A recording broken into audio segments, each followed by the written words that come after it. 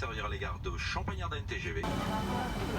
Bonjour à toutes et à tous, je viens d'arriver à Metz pour aller au festival Passage. Le festival Passage qui dans son édito se décrit comme ça, et j'aime beaucoup cette description alors je vais vous la lire. À Passage nous luttons contre toutes les formes d'ignorance, nous ouvrons tous les champs des possibles, nous faisons voler en éclats les frontières et nous relions les mondes. Venez nous rejoindre, vous repartirez, soyez-en sûrs, moins ignorants. Et c'est exactement tout ce qu'on attend de ce genre de festival. C'était un peu le cas sur Same Same But Different que j'avais vu à Gand. Déjà on parlait de l'importance de ne pas rester ignorant face à certaines questions, de l'importance d'écouter avant de parler, et c'est ce qu'on va faire ce week-end avec cette année un focus Afrique et Caraïbes. Alors donc sous ce temps radieux, on va voir la milice de la culture. C'est une performance poétique qui vient d'Irak. Et donc si j'ai bien compris, alors ça devait être en extérieur mais visiblement ça a été rapatrié sous chapiteau. En gros c'est des poètes irakiens qui ont filmé des messages poétiques dans des conditions où ils frôlaient la mort. Et donc on va voir ça tout de suite puisque là je suis trempé.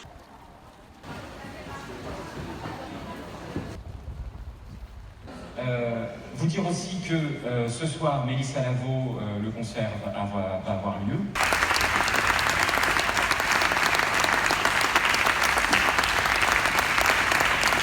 Toujours sous le soleil radieux de Metz. J'ai eu très froid pendant toute la performance. Je vais me mettre à l'abri parce que j'ai pris quelques notes et que là sous la pluie c'est quand même pas très pratique. Alors ce que je disais avant en fait sur la ministre de la Culture et les vidéos, c'était pas du tout la performance que je viens de voir. Les vidéos c'est uniquement sur internet. C'est 4 poètes irakiens qui se filment avec la ministre de la Culture, qui font des performances de ces poèmes dans des lieux interdits d'accès. J'ai pas encore vu les vidéos, je vais aller voir ça tout à l'heure. Il y en a un qui m'a particulièrement marqué. Oui, parce que là le dispositif, donc les 4 poètes irakiens sont là, lisent leurs textes et ensuite sont joués en français par un comédien français au micro. Et le premier, Kadem Kanjar, il y avait un vrai contraste entre lui et son interprète français. Il était dans une légèreté, dans une nonchalance dans le jeu, ce qui fait que au début tu sais pas de quoi il parle, tu comprends pas un mot quoi. Du coup après quand c'est le comédien français qui arrive et qui dit le texte, c'est des trucs hyper trash, hyper violents. Ça parle de la mort, ça parle de sang, ça parle des meurtres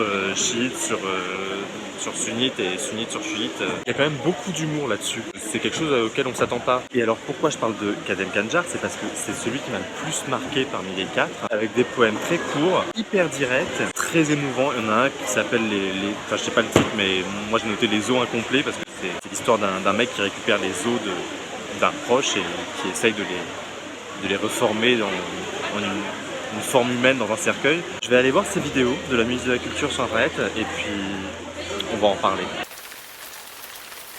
Bon bah avec ce temps, on va regarder les vidéos de la ministre de la Culture.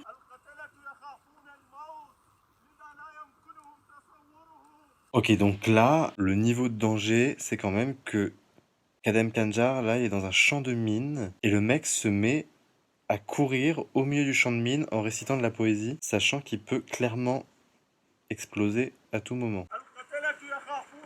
Les tueurs ont peur de la mort. C'est pour ça qu'ils ne peuvent pas l'imaginer.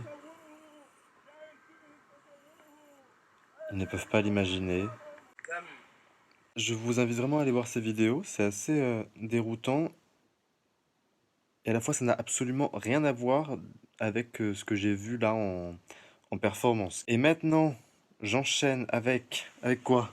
Putain, faut que j'y aille d'ailleurs. Avec Babel Guyane au théâtre... Non, pas au théâtre de l'Entonnoir, du théâtre de l'Entonnoir. Comment un jeune haïtien arrivé à 7 ans à Guyane, puis parti à 18 ans à Paris, peut-il se sentir haïtien, guyanais, français? Est-il l'étranger en Guyane, le noir en France? Et celui qui ne sait rien de son pays d'origine, ou est-il juste un homme en quête de sens? Un homme qui ne comprend... Oula, bah oui, tout un programme. Mis en scène par Ricardo Lopez Munoz avec Jean Roberto. Eh ben on y va. J'ai oublié mon parapluie.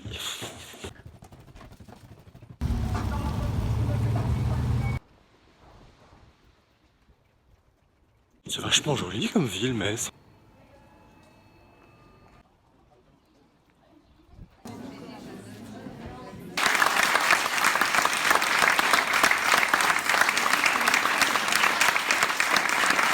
Donc maintenant il faut courir à l'opéra pour aller voir Play et du coup on parlera de tout ça après.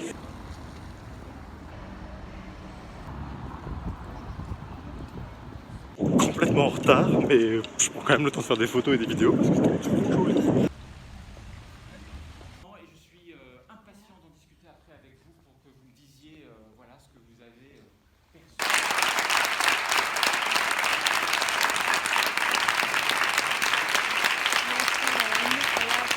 tourne parce qu'avec tout ça, j'ai même pas dit ce que c'était. C'était Play de Samuel Beckett, enfin d'après Samuel Beckett, mis en scène par Saika Tekand, je suis à peu près sûr de me foirer sur la prononciation, du collectif studio Oyun Kulari, qui nous vient de Turquie. Donc là on a une scéno qui est un peu format l'Académie des 9, c'est-à-dire, sauf qu'ils sont 15, 5 femmes en haut, 5 mecs au milieu, 5 femmes en bas. Et chez Beckett, c'est un homme et 2 femmes, les personnages. Et là on est sur un truc de partition scéno, partition lumineuse, partition vocale. Le texte est choralisé, la parole est vraiment distribuée avec des jeux de lumière extrêmement précis, c'est vraiment millimétré. La seule frustration, et c'est rare quand je dis ça parce que j'adore aller voir du théâtre surtitré en langue étrangère, même quand j'ai aucun lien avec la langue, je m'en fous, je trouve qu'à chaque fois ça passe très bien. Et en même temps parfois, on se dit merde, j'aurais quand même bien aimé saisir le texte à ce moment-là. C'est que comme le texte va super vite et qu'il y a un vrai jeu sur la distribution des mots, sur le rythme des mots, et que le texte justement n'est pas uniquement utilisé pour son sens, mais aussi pour la rythmique. C'est vrai que là, on se perd un peu.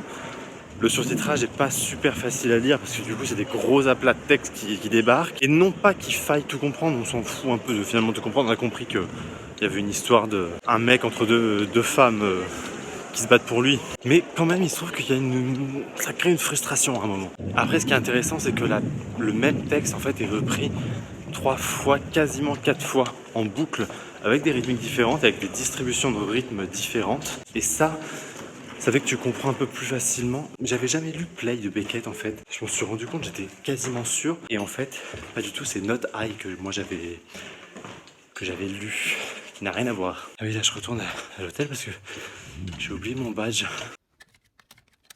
Voilà, et oh, j'ai oublié mon chapeau. Oh putain, j'ai enfilé le badge et j'ai oublié le chapeau. C'est-à-dire que du coup, je peux pas réfléchir moi sans chapeau. J'ai mon cerveau dedans. Le spectacle précédent, on en reparle après. Moi, je vais manger là déjà. Je suis en train de chercher le nom de cet artiste qui a fait ce carrosse, qui était à Versailles il y a 6 ans, non plus, au moins 10 ans. Alors donc je reviens sur Babel Guyane. Et puis ensuite j'irai écouter Mélissa Lavo. Babel Guyane, donc ça raconte l'histoire de Roberto Jean qui est né en Haïti et qui à 7 ans a émigré en Guyane et qui aujourd'hui n'est toujours pas français. Alors que du coup ça fait 20 ans qu'il vit en France. C'est un théâtre de témoignage, ça prend vraiment cette forme. Il y a une parole qui paraît extrêmement spontanée, même parfois qui pourrait paraître dans l'improvisation, mais qui ne l'est pas. Et ça c'est assez fort je trouve dans le jeu, il est assez bon dans ce non-jeu en fait. Tout son récit en fait qui part de sa naissance jusqu'à aujourd'hui, qui est extrêmement chronologique, mais qui fait quand même le focus sur certains points de sa vie. Ça raconte comment devenir français, cette volonté de devenir français, cette quête de devenir français. Tout ça à la fin pour se dire en fait j'en ai rien à foutre. Ma francitude à moi, elle se situe pas dans un passeport français, elle est ailleurs et j'ai pas besoin que vous me donniez des papiers pour prouver que je suis français. Notamment, ils diffusent le film qu'apparemment on projette aux personnes qui demandent la nationalité française, qui est un scandale ce film.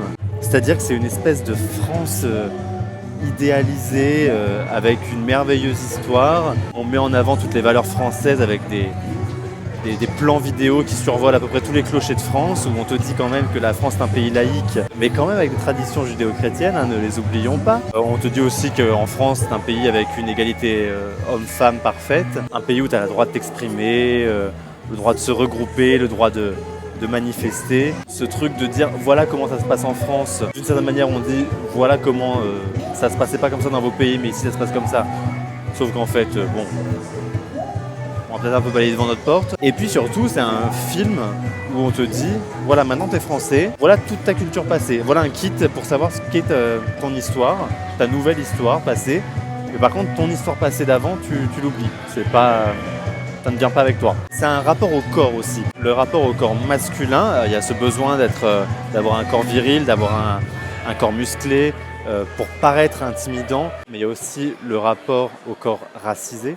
Et notamment, il va poser aux Beaux-Arts en tant que modèle pour savoir ce que ça véhicule comme image en fait, chez les gens. Qu'est-ce que lui représente en fait, quand on le voit comme ça. Et finalement, ce spectacle, on ressort comme si on avait pris un verre avec lui et qu'il nous avait raconté son histoire. Là où j'ai trouvé qu'il y avait des faiblesses, c'est dans la mise en scène malheureusement. Il y a des facilités de mise en scène, certains trucs sont un peu illustratifs. Finalement ça dessert le propos, sa prise de parole est suffisamment bonne. Et c'est pas seulement la prise de parole qui est bonne, c'est aussi la façon dont c'est construit, les focus qui sont choisis, l'histoire qui est mise en avant. Et il n'y a pas forcément besoin d'avoir tous ces artifices par moment. Ça c'est un peu de l'artifice j'ai trouvé. C'était quand même hyper agréable de passer 1 heure avec lui. Et surtout tu t'en apprends tellement sur ton propre pays.